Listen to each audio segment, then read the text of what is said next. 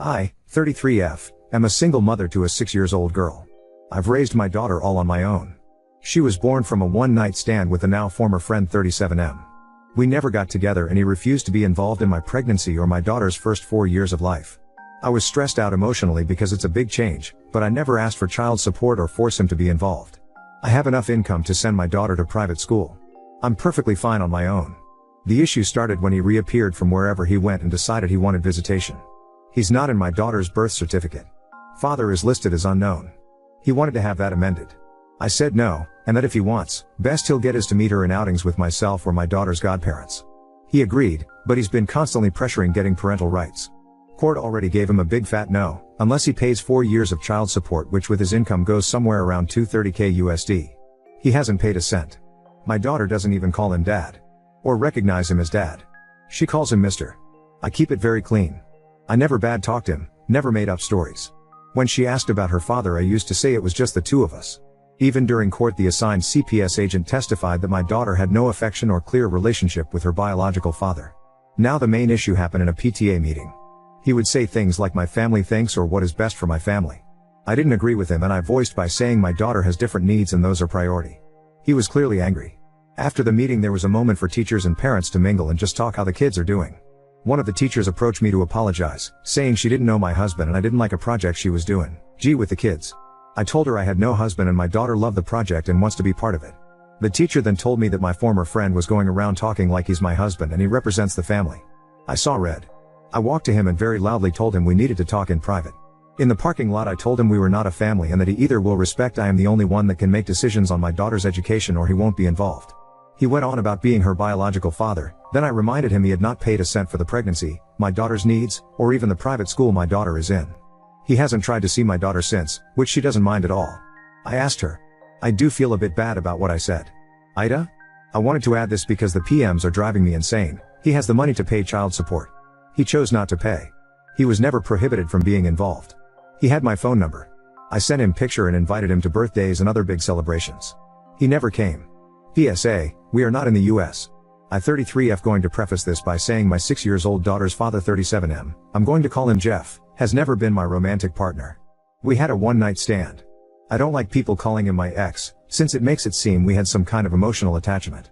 He was never involved after I told him I was pregnant, and actually wanted me to terminate the pregnancy, but I decided to raise my child alone since I have enough money to raise her without child support. For the whole pregnancy and the first 4 years, Jeff was not in the picture. On my mother's recommendation, I did send him pictures and invited him to special events, but he always replied he had no interest in my daughter. 2 years ago he reappeared and began demanding parental rights. When I didn't do what he wanted, he sued, and was told no, he was not getting parental rights. He was given the offer to pay child support and then we can revisit giving him actual rights, but he has refused. He has the money, much more than me, but he refuses. I still offered to let him see my daughter in a casual manner, no child support needed, with the agreement anything legal, medical, or educational will not involve him. He pushed the boundaries and we had a fallout. After that, we didn't hear from him for almost 6 weeks before he called to meet for Christmas. After much discussion, I agreed to bring my daughter over on the condition my daughter's godparents could come. Thus we went over for Christmas dinner. And finding out Jeff is married and had never told his family he had a child. It was great to be judged by a bunch of strangers. It was uncomfortable the whole time. I'm going to use fake names, but let's say my daughter's name is Katie. His wife kept calling my daughter Gabrielle. Not the actual name she used, but it was that different to my daughter's name. The wife was also very physical, trying to pick up my daughter or parent her. I would block her or tell her to please let me deal with my child. The whole time she pretty much ignored me, but Katie didn't seem nervous so I decided to just bid my time. I hit my limit when my daughter said she needed the bathroom and the stranger went, "Oh Gabby, you need potty? Let mommy change you."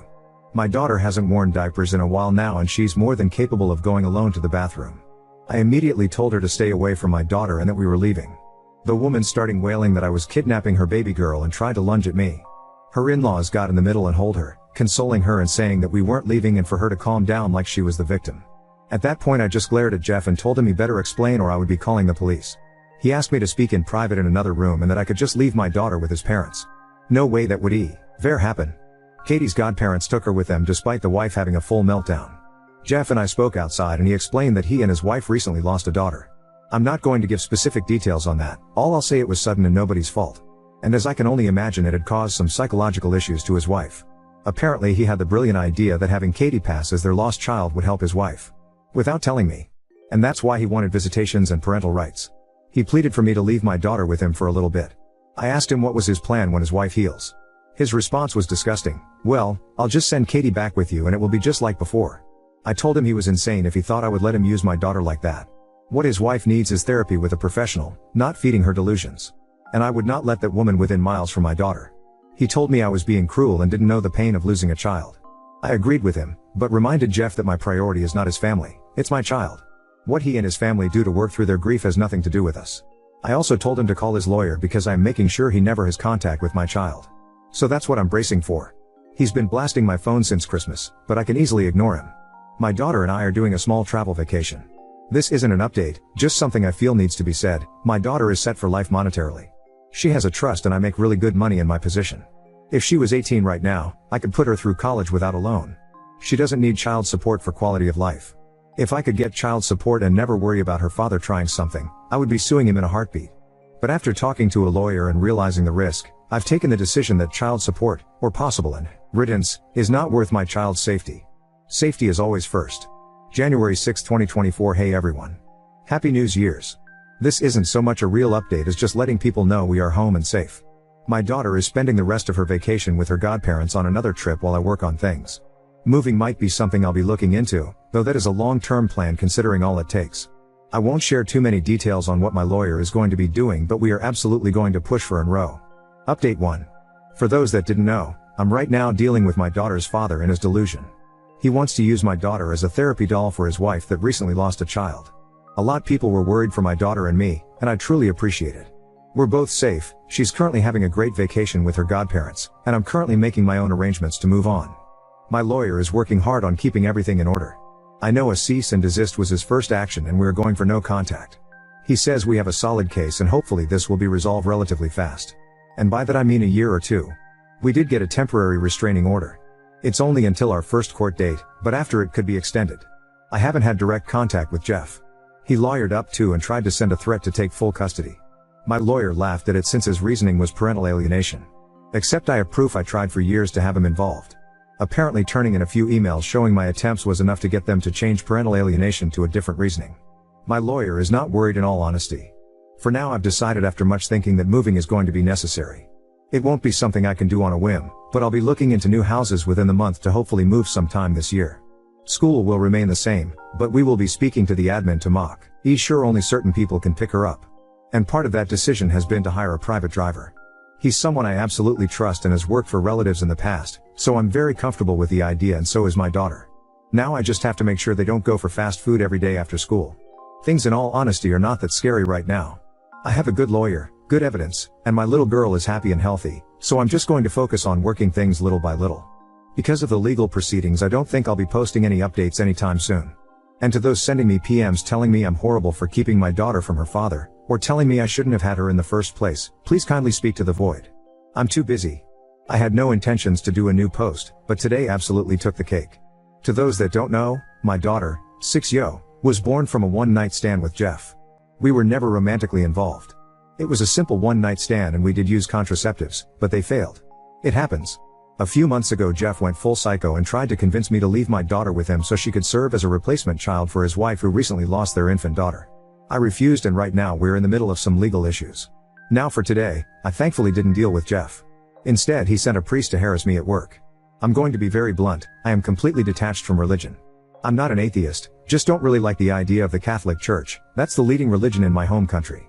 I respect it and most of my family is Catholic so I have a detached respect for church officials. Today I was doing some paperwork when I got a call about a priest asking for me. I didn't have any meetings scheduled and a lot of times we get visits from clergy asking for donations or participation in events, so I figured that was it.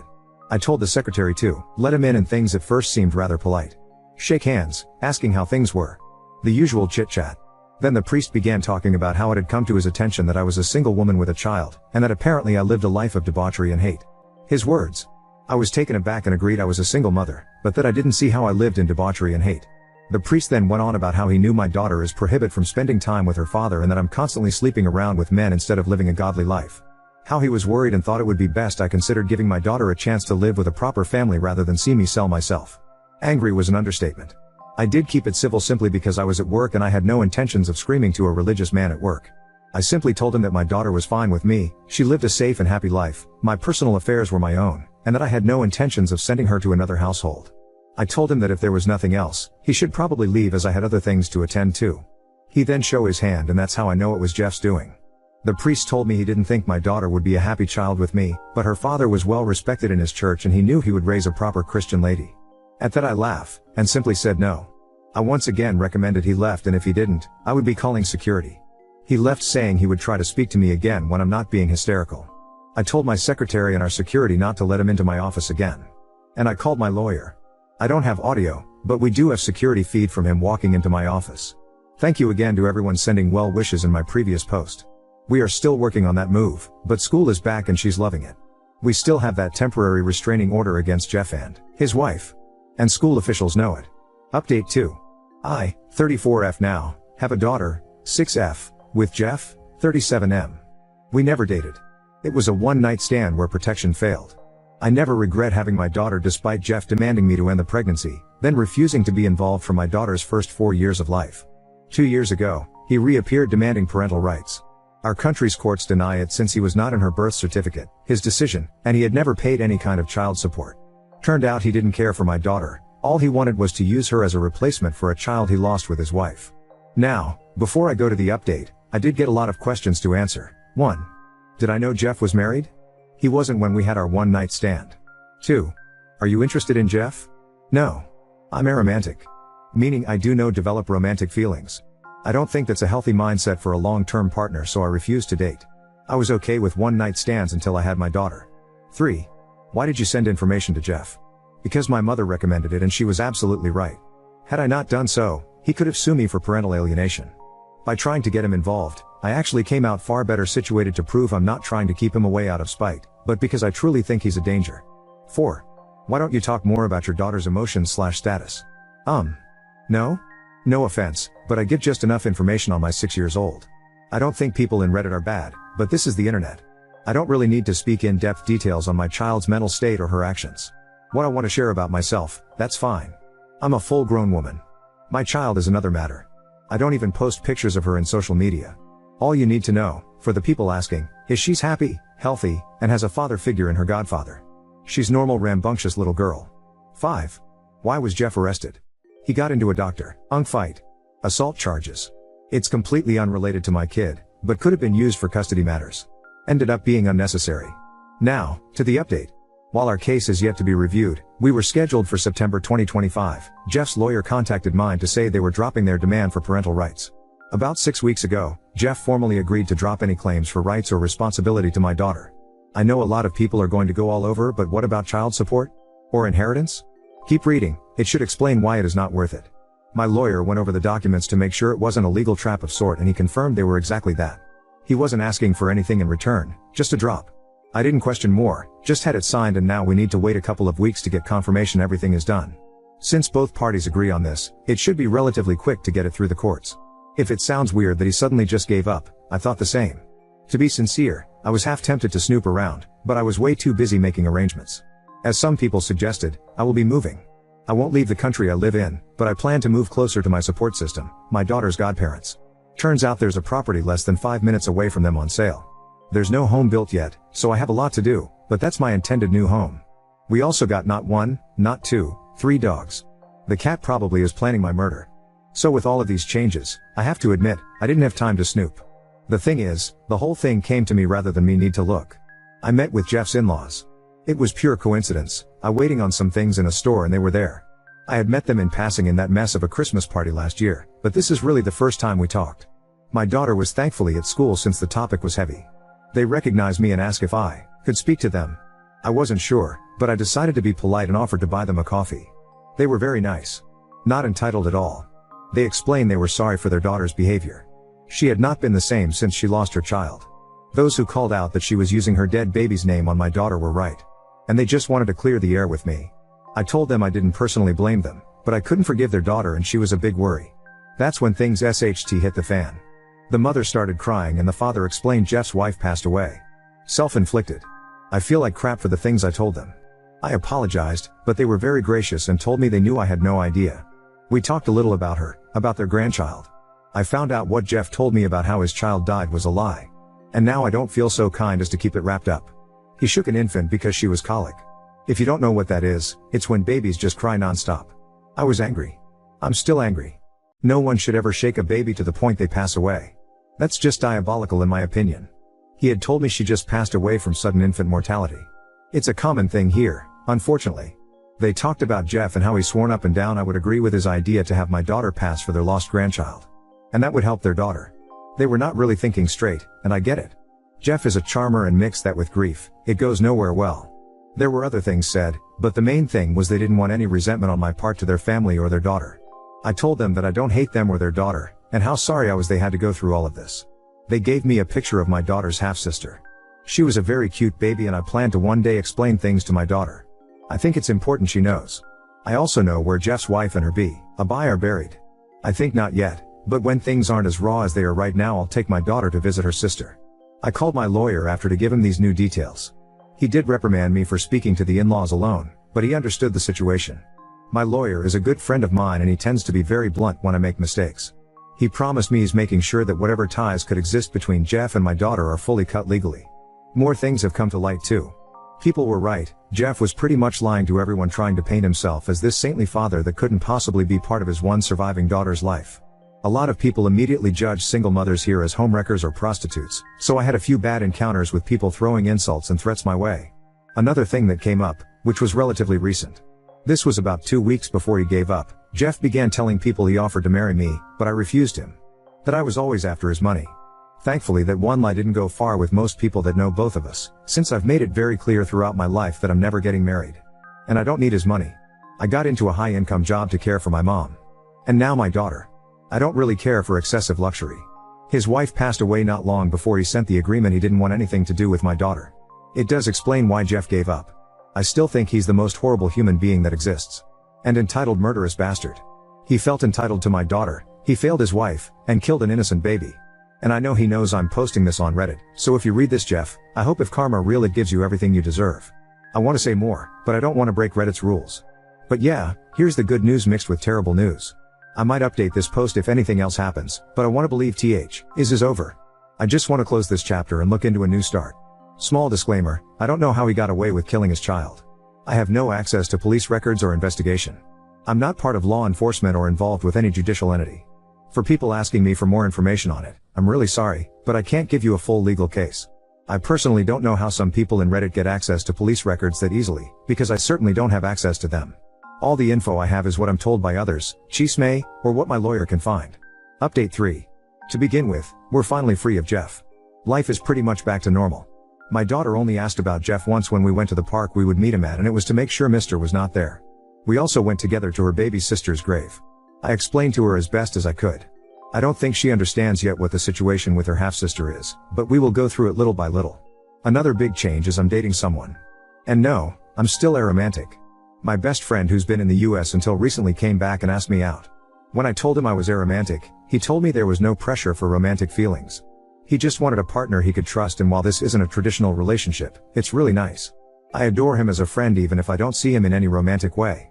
He's met my daughter, but we're not doing anything official like moving in for a very long time. Through the grapevine I heard Jeff is apparently engaged again too. I think it was a very good thing we made that no contact agreement. If he ever tries anything with my daughter, that piece of paper will be enough for court to tell him to go away. Overall we're happy and safe. I'm grateful for all the support here through the hell that was dealing with Jeff.